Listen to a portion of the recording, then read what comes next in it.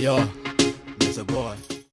We mwega muthikiriria na mwiroreri wa Miaki na Maybe TV gwira hana ho mucii wigwe wi mucii. Karen Nyamo ni atugitio maruru ni ya Kenya nginya amwe magatiga kumurumirira kuma ekira mbica ino thutha wake kuga ahuthagira tauro cia utheru mutheba wa Tamsom not padi. Karen augite thutha wa kurio marekira pada cigathikwo igotire iguru niki araciokia we ahuthagira Tamsom undu uria urarakariria Kenya na njira nene, makiuga airitu na atumia aingi matikoragwo na uhoti wa kwigurira tauro icio mutheba wa Tamsom na marehoka atongoria ta Karen mamarerio igwithio thogora. Agietetera Karen akauga ona Tamsom niragwithirio thogora niguo kuhoreria Kenya undu uria matoete na njira huthu.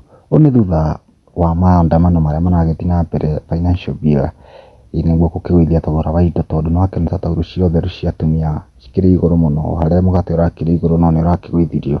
Riu maoni ma andu ni ngurani muno tondu Karen Nyamo niragirakaririe andu muno haswa atumia tondu turona maoni mao marauga atiriri alituletea makasiriko yake ya kuachwa. She can't and will never own a married hata akimnunua na pesa.